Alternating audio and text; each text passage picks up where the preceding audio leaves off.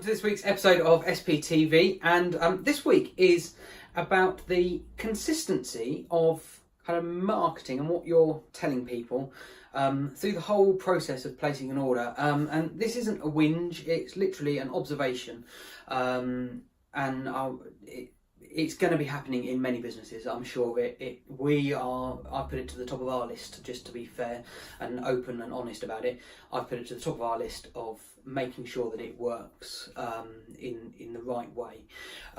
Because basically we have a very close friend of the business who's been going through some difficult times recently.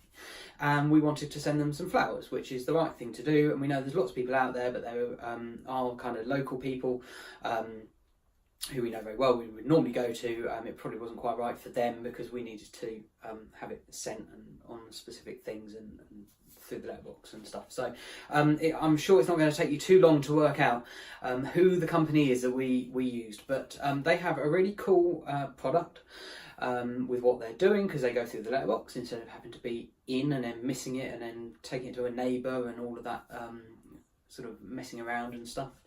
They got a pretty cool website, and even on the website their products are named, so they're not just kind of like flowers 1, 2, 3. They've all got kind of fairly imaginative names on them.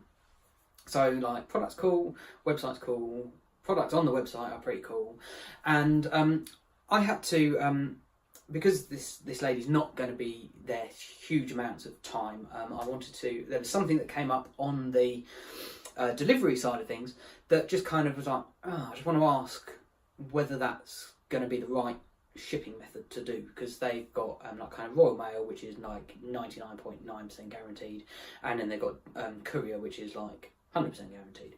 So I thought, okay, well, I'll just phone them up because I want to make sure this is right and it's done correctly, because I didn't want the courier to then knock on the door but not put them through the letterbox, and then that would defeat the whole object of it, and I didn't want to cause more stress to this lady, because she's going through enough that she would then have to go and pick that up or arrange it to be delivered at another time. So I went onto the Contact Us page of the website, and it said to contact their customer delight team, which I thought again was very cool, because it's not just customer services, it's their customer delight team. So I was like, these are really good, these guys, really, really good.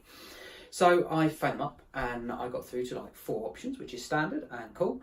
So options 1 to 3 was whatever they were doing. If you've got orders already, we went to track it. Option 4 was if you wanted to speak to the customer delight team. So I hit number 4, and after that point, it said if you've got a direct an extension number for the person you want to speak to, you can enter it now. Again, pretty standard.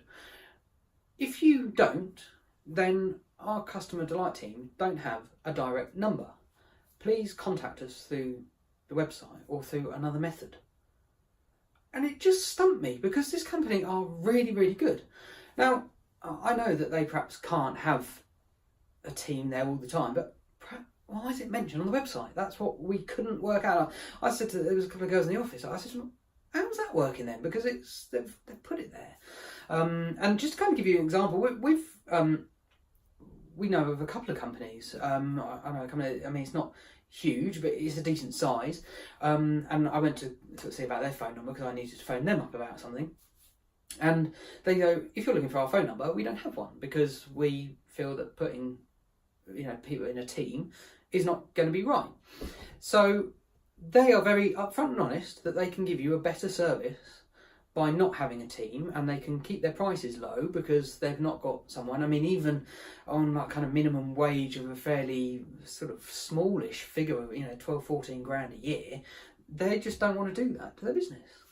Another example, we are just working with a company who are doing like the Facebook messaging side of things. It's their software that we're going to be using to do some marketing bits, and again, they have no fixed team on the phone.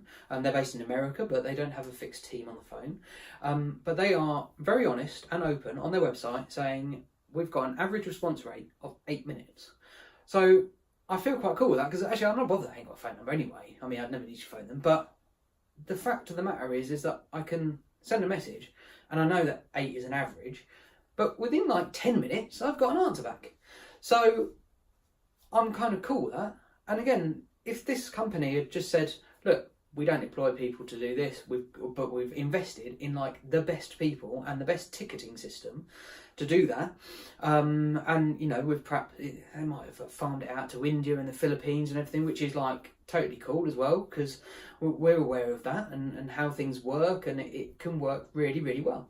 So yeah, again, as I said, it's not a rant, it's just how things do it. And I think we can all get maybe complacent. It's somewhere where we don't always, you know, checking our contact us page on our website isn't perhaps our number one priority sort of in our marketing systems. But when you go and have a look at it, does it say that they're going to get through to someone? Does it say that they're going to get a response within a certain amount of minutes or hours? How is it going to work? If you want us to have a look at it from an independent point of view, should I say, then just let us know, or it might be worth just putting it out to some of your existing customers or clients or some friends that will, it's not so much the feedback of like, oh, it's a very nice contact us page, it's kind of like, well, when I get told I'm going to speak to somebody, do I actually speak to them, or do I get kind of passed from pillar to post? So I hope that's been useful. I think we, like I said at the beginning, many of us can fall foul of it quite easily. We are looking into it to make sure that the customer experience for our potential customers as well is the right thing, and our existing customers, they can get through to the right people at the right time. So I hope that's been helpful, and I will see you in 7 days' time from now with the next episode of SPTV.